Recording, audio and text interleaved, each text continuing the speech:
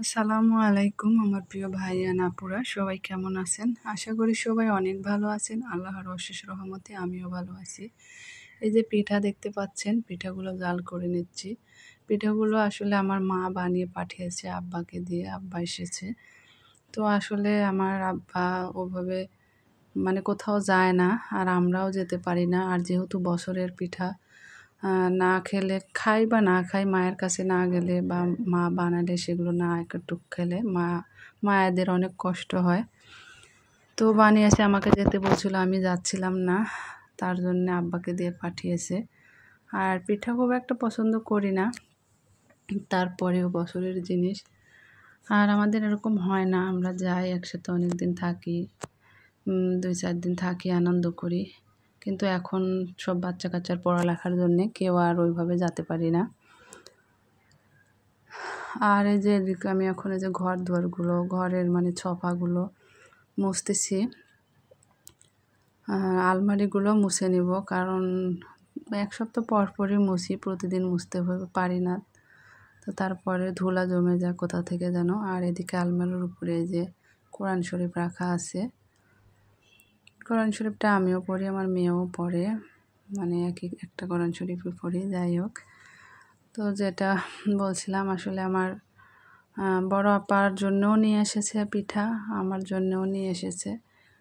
বড় আপা ওরা রাজশাহীতে থাকে, ওর এখানে বিয়ে হয়েছে, তাছাড়াও একটা জব করে, ওরও বাচ্চা পড়াশোনা করে, ওর মেয়ে নার্সিংয়ে পড়তেছে, এজন্য ওভাবে যাওয়া হয় না। তো মায়ের অনেক খারাপ লাগে, আমাদেরও কষ্ট হয়। আসলে মায়ের কথা বললে কেমন জানি একটা কান্না চলে আসে। আমি আমার বাবা মায়ের ছোট সন্তান, তাছাড়া আমি অনেক আদরের সবার কাছে। তার জন্যে মায়ের কথা মনে হলে কীরকম একটা কান্না চলে আসে আমার মায়ের কথা বলতে গেলেই। যাই হোক, আপনাদের সাথে কথা বলতে বলতে যে আমি ঘরের এদিকেও মুছে নিলাম, তারপরে জানলার থাইটা খুলে দিচ্ছি, পর্দাটা সরিয়ে দিলাম যাতে একটু হাওয়া বাতাস আসে, তাছাড়া রোদ উঠেছে। আর এদিকে এই যে সবজি তো রান্না করবো, এই যে দুপুর হয়ে গেছে, এদিকে আমি রাইস কুকারে ভাত চড়িয়ে দিয়েছি। আজকে একদমই সিম্পল রান্না বাড়া করবো, মূলা আর হচ্ছে যে বেগুন দিয়ে মাছের ঝোল। সিম্পল হলেও আসলে আমার মূলাটা খেতে ইচ্ছে করছিল কয়েকদিন থেকে, তাই এই যে নিচে ভ্যান আসছিল, তো ভ্যানের উপরে যে বাজারগুলো আসে ওখান থেকে অল্প একটু নিয়েছি, কারণ আমার মেয়েও খুব একটা পছন্দ করে না, তাই একবারই রান্না করব যাতে খেয়ে শেষ হয়ে যায়। আর হচ্ছে এদিকে যে আমি কাটাকুটা করছিলাম, আসলে সব সময় একই রকম রান্না ভালো লাগে না। যাই হোক, এই যে কাটাকুটা করতেছি। তো ভিডিওটি দেখতে দেখতে যারা এই পর্যন্ত এসেছেন, অবশ্যই একটা লাইক দিয়ে দেন প্লিজ।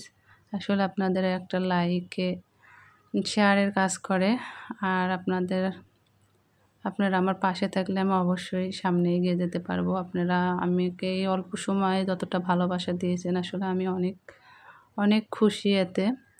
তো এই যে রান্নাটা বসাবো, তার জন্যে কড়াই গরম হয়ে গেছে, জিরে তেল দিয়ে একটু পেঁয়াজ কুচি দিয়ে দিলাম। পেঁয়াজ কুচিটা একটু হালকা বাদামি রঙের হয়ে আসলে তো মশলা দিয়ে দেব, রসুন পেঁয়াজ বাটা দিয়ে দিলাম। তারপরে দিব হচ্ছে যে শুকনো মরিচের পেস্ট। তো পরিমাণ মতো আমার যতটুকু লাগবে আমি ততটুকু দিলাম।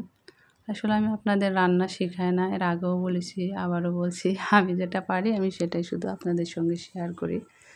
এই তো হলুদ লবণ দিয়ে দিলাম, এখন মশলাটা একটু সময় কষাবো ভালো করে। আর মূলা বেগুন কেটে আমি ধুয়ে নিয়েছি।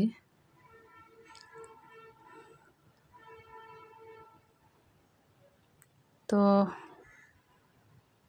আর এই যে এখানে এখন আমি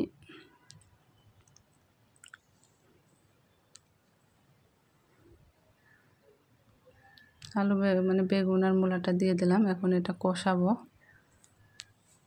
ভালো করে কষাচ্ছি। যারা আমার চ্যানেলে নতুন ভিজিট করেছেন, তারা অবশ্যই আমার চ্যানেলটিকে সাবস্ক্রাইব করে আমার পাশেই থাকবেন। আর যারা অলরেডি করেছেন তাদেরকে জানাই অসংখ্য অসংখ্য ধন্যবাদ। আর এই যে এদিকে কয়টা কাঁচা মরিচ কাটা ছিল, ওটা দিয়ে দিলাম। আর রান্নাটা হয়ে আসলে আমি ধনেপাতা দিব। আসলে অনেকদিন থেকে ধনেপাতাটা খাওয়া হয়নি। আমি খেতে খুব পছন্দ করি, কিন্তু একটু মানে গ্যাসের সমস্যা হয় বেশি, আর কিছুদিন থেকে ডাক্তারের কাছে যাওয়া আসা করতেছি। যার কারণে অনেকদিন থেকে ধনেপাতাটা এভাবে খাইনি। আর এই যে আমি তরকারিটা কষাচ্ছি, কষানো হয়ে গেছে মোটামুটি। এখন আমি এই যে পানি দিয়ে দিব।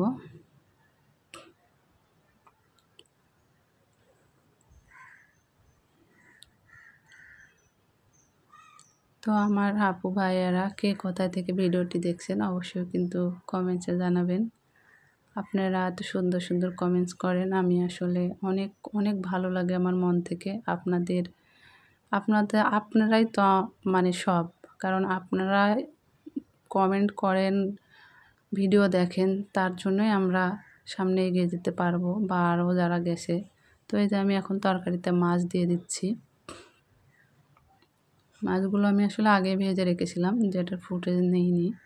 আর এই যে তরকারিটা সুন্দর বলক উঠে গেছে। এখন আমি একটু এই যে ধনেপাতা কুচি করা ছিটিয়ে দিলাম উপর দিয়ে। তো আপনারা এভাবে বাসায় রান্না করে খেয়ে দেখবেন, খেতে কিন্তু খারাপ লাগে না। মাঝে মাঝে কিন্তু এরকম রান্নাও অনেক ভালো লাগে। সবসময় একরকম খাবার কিন্তু খেতে ইচ্ছা করে না।